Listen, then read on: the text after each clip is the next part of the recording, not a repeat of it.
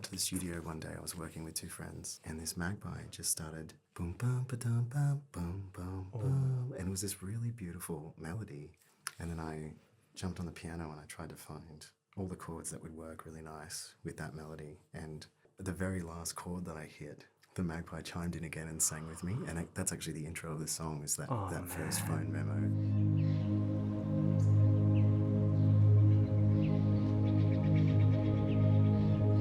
Matt Corby, welcome to the garden. Thank you for having me. Thank you so much for coming.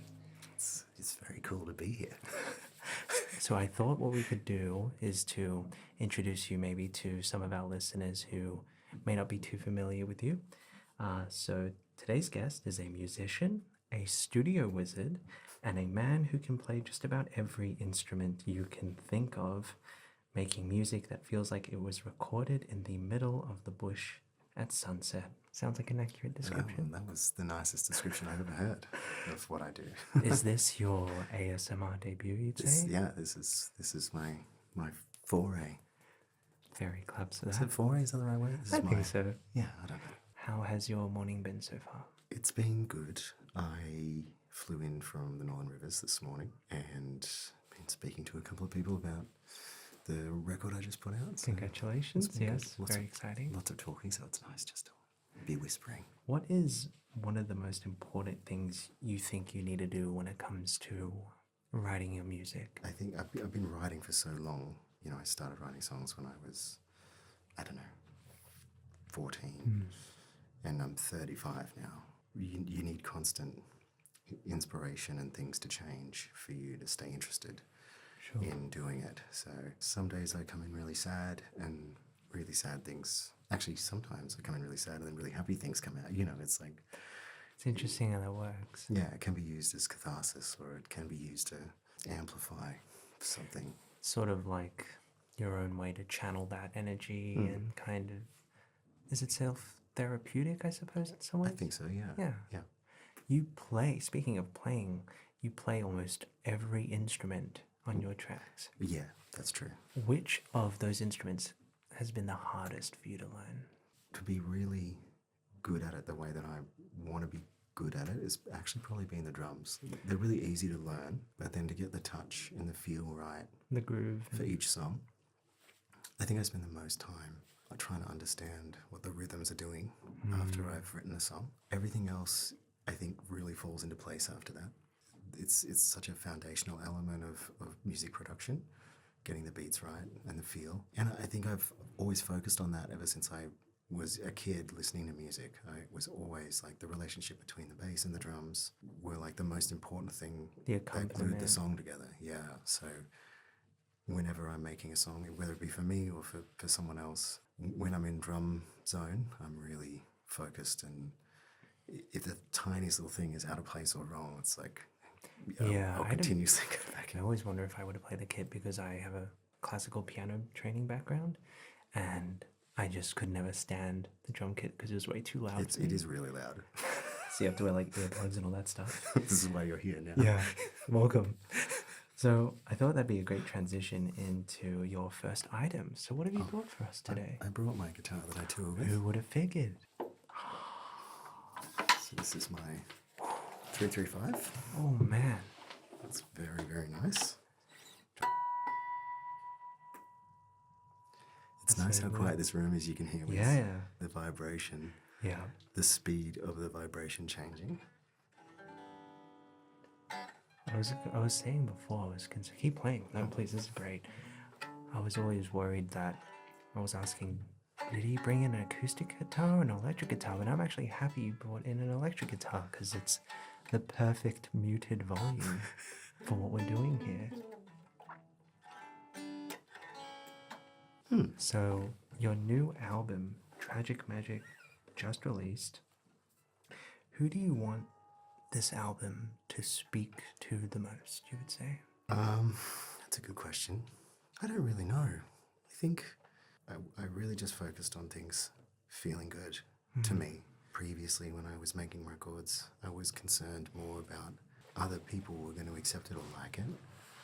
And I think it dictated my choices when I was in the studio. This time around, I was like, I like it starts. I like how it feels. I like how it ends. It doesn't have to be traditional songwriting. It doesn't need all the elements that a traditional song you might say it needs. I kind of just made this one for me, That's so good. which is cool. I think that you make a really good point because the musical landscape, especially today with TikTok, YouTube, social media, a lot of musicians who I speak to of this new school, it seems a lot of the time that is a very important thing they're always considering. It's like, how can I make this a clippable bit of the song? Fully. Or how can I make this song hook Yeah. the listener? And it's very interesting to note how the music industry has sort of, sort of Morphing around valued that Yeah. much more than in previous years. Yeah. Even just like 10 to 15 years ago. Yeah. It's changed so much. Yeah, dramatic. Actually, probably changed the most in that short space, just with the internet and the way it works, and the way people consume content now is so different to, especially music, to what it was. Like I remember as a kid going to like Sanity, and they sold CDs there, and like, you could go and they might have like a 5-disc player, and you could go and listen to like the new, top 10 hits of that time. Like, go and put the headphones on. And it's pre-COVID, obviously. You would have this physical copy with you, and you'd have like the artwork, and it was there. And you valued it in a different way to maybe what you do now, just because we have access to absolutely everything at the touch of a button. Plus with like AI and everything. I know, that's some crazy stuff. Like, What do you think the implications are of artificial intelligence when it comes to the creative process and making music and stuff like that? I don't use it. I know lots of people that do. I can't remember what one's called. Someone showed me one the other day, and basically you maybe put your vocal of a song that you just wrote. You would put it into this program and be like, hey, I want a early 90s prog rock And then it just production, and it will literally do it for you. Terrifying. And just add like guitars and drums and all this stuff, and it, like, the quality of it was not bad. I was like, oh my god, this is just so what will crazy. it be like in a year or 5 years? Yeah. We're all getting replaced. I do think it would be good, because there's been a lot of big songs that are AI songs recently, and it would be good if there was like a disclaimer being like, this was made through prompts, not through musicality, not through people playing instruments, not through someone from their heart, saying something. So it's like someone going, I want this and this and this, and like maybe spitting it into AI 3 or 4 times until they got something that felt good. That in a perfect world, they would do that. Yeah. But we don't live in a perfect world. Wow. This room is a perfect world. Oh, yeah. Welcome to the garden.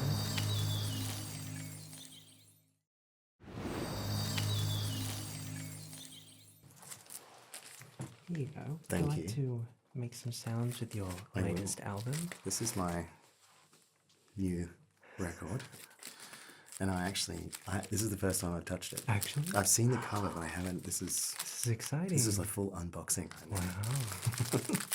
My kids also kids like love it. it, I love that. Goodness me. So right now we're opening up vinyl. So you recorded this album in the Rainbow Valley. Yes. Could you describe what is the process of that like, especially for maybe our American audience who may not be familiar with the Rainbow Valley? A few years back, I found this really beautiful plot of land, and we built a studio out there, and we've made 3 records out there.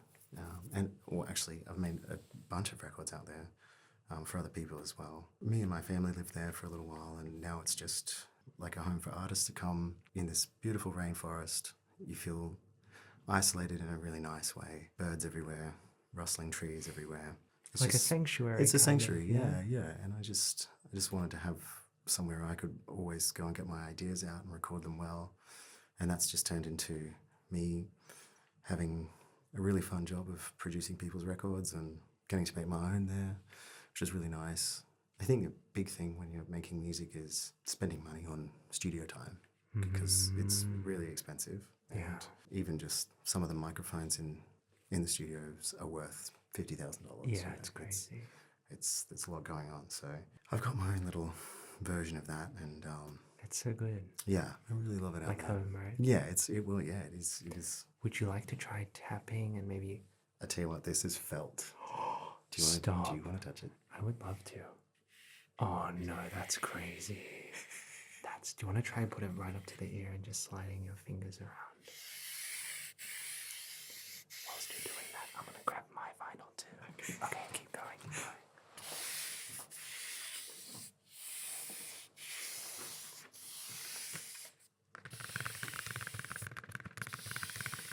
I feel like this sounds like rain to me. It does sound like rain. Can we trade vinyls? I want yours. Thank you. Yours is so much better. Do you want me to make rain on yours? Yeah, you do that. Tell me about the process of making this cover. Well, the artwork was by a local artist. Oh, that's so lovely. And we actually bought it at a market. I was at an art gallery next to a market close to my house, and there was that one and another one that was really cool. And they've been hanging in our house for 5-6 years. So pretty. And when it came to making a decision on what my album cover should be, I was on the phone maybe to my manager at the time, and I was like, I just wanted to look something like that. I was like, why don't we just call this artist and see if she'll let us Commission it, and yeah, that's so. And I've then never seen this before. there's a beach house record called Depression Cherry that is the only other time I've seen people do like that textured felt cover. So nice. And I was like, oh, I would love something like that with that kind of artwork. Even the Corby text is embroidered. That's so awesome, man. It looks really good, actually. Oh, it's so nice. I'm This is happy. really special. How exciting. It's so cool. Swapsies. Yeah, let's swap that. Actually, you can have that as a gift. Guys, I'm going to cry. So when it comes to, similar to ASMR, do you look at animals, or you mentioned about the trees rustling and you sort of went into detail about that, but do you view the natural world around you and the sounds of animals and incorporate that into your music and stuff like that? There actually is a song on With this magpies, record. right? Yeah, it's called Maggie. And we got to the studio one day. I was working with 2 friends, and we were sitting down and eating lunch, and this magpie just started. They have a few different songs. One is that crazy one where it's like tritones going like doo doo doo doo doo doo doo, whatever it is, and this one was like boom bum ba dum bum bum bum bum, and it was this really beautiful melody that I never really heard a magpie sing before, and it could have been, I don't know, it could have been mating season. I don't know what it was, but it was. We were all just like, what a beautiful melody, and then I jumped on the piano and I tried to find all the chords that would work really nice with that melody, and was just recording it on my phone. And the very last chord that I hit, the magpie chimed in again and sang with me, and that's actually the intro of the song, is that first phone memo. That's something special. Yeah, it's always, I hear little melodies and stuff in nature, and they stick with me if they're good, which is cool. I'll always, I always have like a dictaphone on my phone on me when I'm in writing mode. Hold up your phone and just... Yeah. Hey, just do that again. Yeah. Go now. Come on. That's so cool. Wow. Now that's amazing. What advice would you give to aspiring musicians who maybe really look up to you in this sort of new school and digital age and stuff like that? What would your advice be? When people ask me this stuff about, how to get your career moving, so to speak, the one thing I think a lot of younger people forget is that actually going out and playing lots of shows, kind of to no one, is important. I think a lot of people think they can have a viral moment, have everything blow up on the internet, and that can really help, but it also doesn't really last very long, because there's this massive group of people that are all trying to do the same thing. Yeah. And I feel like it doesn't really, especially with music, I don't think it sticks for too long. And I think it's more important that you really do, 2, 3, 4 years, depending on how long you want to give it a crack for, of just like writing your songs and going out and playing them almost to no one. I did that, even from like 17 to maybe 20. Maybe the biggest gig I played at that time was probably I don't know, 30, 40 people. I remember gigs where I played to 3 people in a room, you know? And in my mind, I'm like, it's still the most important gig of my life, and I'm going to make sure these 3 people Like really walk just away from there and getting go, out that there, was awesome. putting in the hard yards. Yeah. Like, Yeah, there's no substitute for that, I think, with music. And I think that's how you develop a relationship with people that like what you do on a level that's going to stick with them for a long time. yeah, wow. Yeah. I think you make such a great point because from my personal experience, like I get many comments on social media and they're lovely comments and they're so nice and they make my day. But having just one real human interaction with someone in person, you just can't mimic that online. Yeah. And you're probably more likely to remember that experience. Certainly. Yeah. Yeah. Yeah, yeah. And so I think you make a good point of like going out there in person and performing in person and making those very human connections, Yeah. stuff that just can't be replicated or you can't take a shortcut around when it comes to Yeah. the internet. Although it is a great tool, Definitely. but Absolutely. that's really good. Something AI can never do. Exactly. Well, not yet. There's going to be like robots. Yeah. Like, Just all like quantum computers just like getting into our heads. I tell you what, I am getting a huge kick out of those robots like falling over. Oh yeah, like when like this is our testing for the robots doing like parkour and they're my just God. like running backwards. I And don't know why I find it so funny. I cackle as well. It's really It's good. really good. It's like, yeah, their leg movements when they lose their balance is like, it's better than humans falling over. Yeah, they're good sports. I thought what we could do is a couple just normal ASMR stuff, and your Sure. kids will absolutely love it. So I have this Whoa. dishwashing glove. It's like Huggy Wuggy's hand. Yeah, a lot of ASMR is just finding random stuff and making sounds with it. So what I thought we could do is put on these gloves. I think it's on the wrong hand. That's fine, it's whatever. I think it's to clean dust, so you can sort of just very lightly. Sorry, Steve. Like that. So as we talk and do more ASMR, my really close friend, she's also an ASMR creator. She is an absolute diehard fan of course. And this morning I called her because I just wanted to chat with her. And I said, you know Matt Corby? And then she just, like, this is her. Like, she just started inconsolably bawling her eyes out. She's like, his music's terrible. No, Why would you ever speak to him? When she was 8 years old, her parents would drive her around to all of your shows. And apparently she spammed you on Twitter when it was her birthday. And you were so nice and you sent her a birthday card, which is so cute. Sounds like something I might do. Yeah. So it was super wholesome and super cute. So what I brought here is just a little piece of styrofoam. I'm going to try and sign it with the glove on. Oh, great idea. It's going to be so hard. Here, I'll open the Sharpie for you. Oh, this is going to be way too hard. It's it's going to be so good. So this is...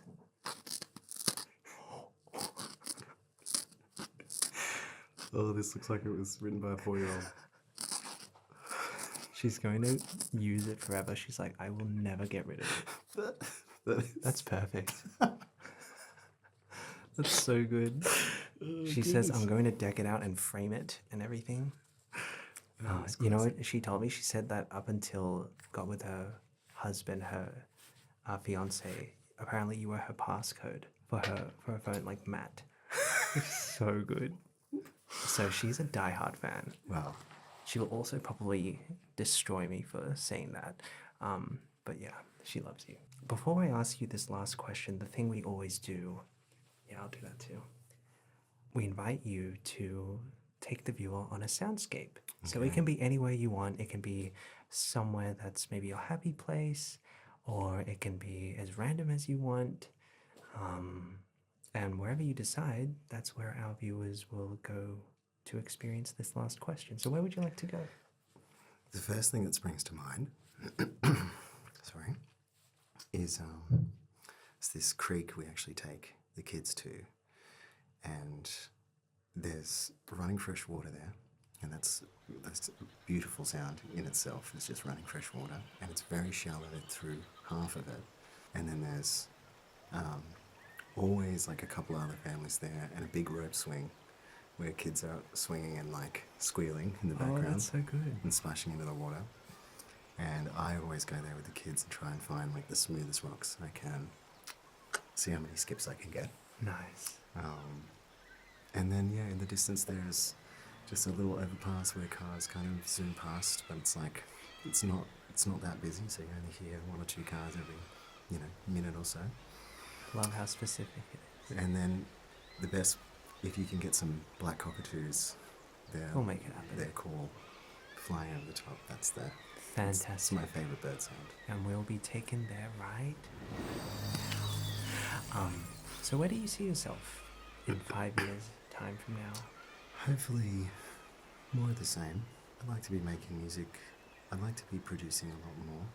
I mean, I really enjoy working with new artists and helping them figure out what they want from their careers and what they want out of themselves. Like mentoring, kind of. Yeah, I really enjoy That's so that nice. element of it.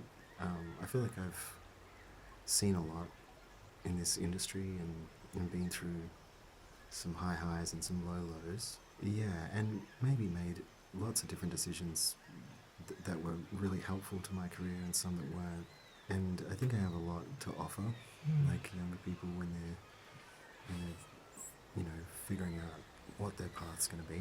So and I love that I've got the studio for that as well, where I can help people realize what they want musically and maybe what they want personally from it. And there's always this relationship between the two that need to be in sync.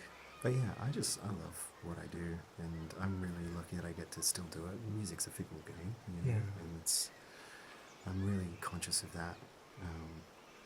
But I feel like I'm getting better at it all the time, and yeah, I just hope that the trajectory kind of stays the same, and yeah. I'm sure good things will happen. Hope so. Where can our listeners today find you? I guess I'm just type up everywhere. their name. I'm everywhere, man. Everywhere but nowhere. I'm everywhere but nowhere. No, I mean YouTube, Apple, Spotify, all that stuff. I mean, I'm playing some shows in June Okay, around Australia. cool. So if anyone wants to come and hear a very loud show, that might be slightly off-putting for some of the people that are watching this right now. But I'll be around. Awesome. Well, thank you so very much for coming to the garden. This was lovely. This is so nice to see you, and we will see you all next time. Bye, everyone. Bye.